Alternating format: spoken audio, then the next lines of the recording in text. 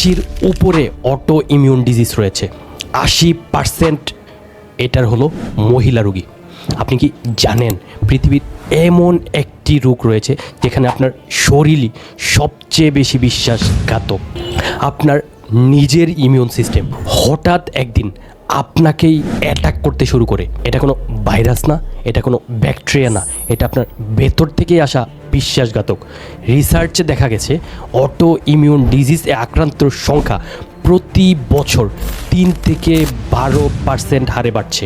Auto immune disease কি?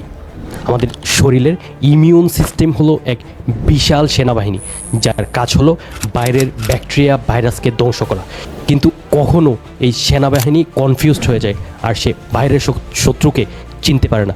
নিজের সুস্থ সেলগুলোকেই এনিমি মনে করে অ্যাটাক করতে থাকে এই ইমিউন ডিজিজ।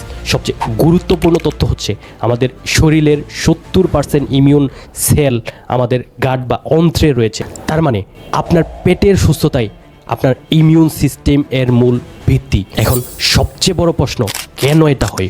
কেন নিজের শরীর নিজের বিরুদ্ধেই দাঁড়িয়ে যায়? 1 নম্বর কারণ হলো জেনেটিক বা বংশগত কারণ। যদি আপনার পরিবারে কেউ এই রোগে আক্রান্ত থাকে, মা বাবা দাদা দাদি, তাহলে আপনার ঝুঁকি বেড়ে যায়।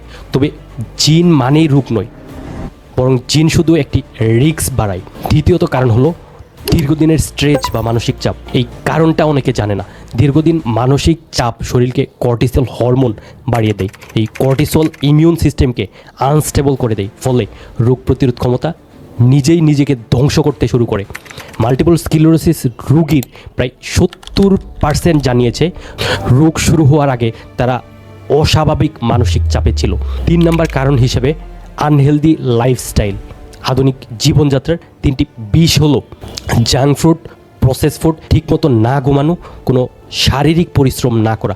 এই 3টি মিলে আপনার গাট বা অন্ত্রে নষ্ট করে দেয়, আর সেখান থেকে শুরু হয় ইমিউন সিস্টেম এর গোলযোগ। পশ্চিমা খাদ্যাভ্যাস, সেখানে যদি স্যাচুরেটেড ফ্যাট, চিনি, প্রক্রিয়াজাত খাবার অটো ইমিউন ডিজিজ এর ঊর্ধ্বগতির সাথে সরাসরি সম্পর্কিত।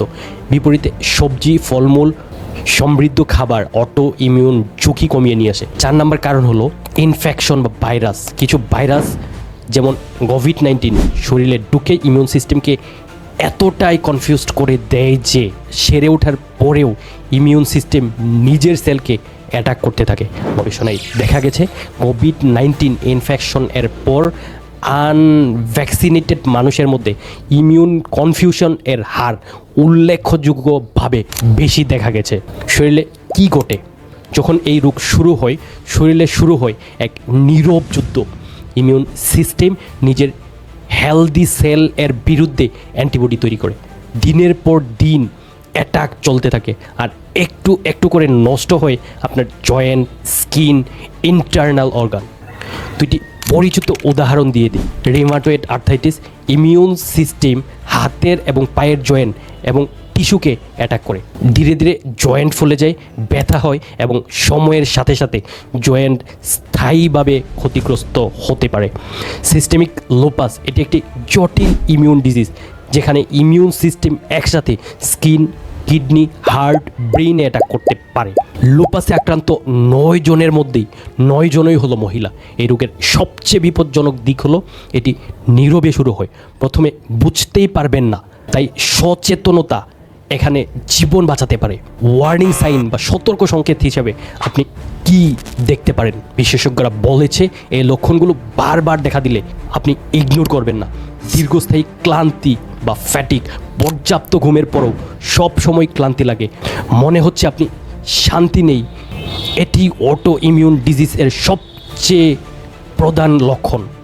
জয়েন্ট পেইন এবং স্টিফনেস, সকালে ঘুম থেকে উঠলেই পা এবং হাতের জয়েন্ট ব্যথা এবং শক্ত অনুভব হতে পারে। স্কিন র্যাশ হতে পারে, বাটারফ্লাই র্যাশ হতে পারে। মুখে, বিশেষত 2 গালে এবং নাকের উপরে প্রজাপতির ডানার মতো লাল দাগ দেখা যেতে পারে।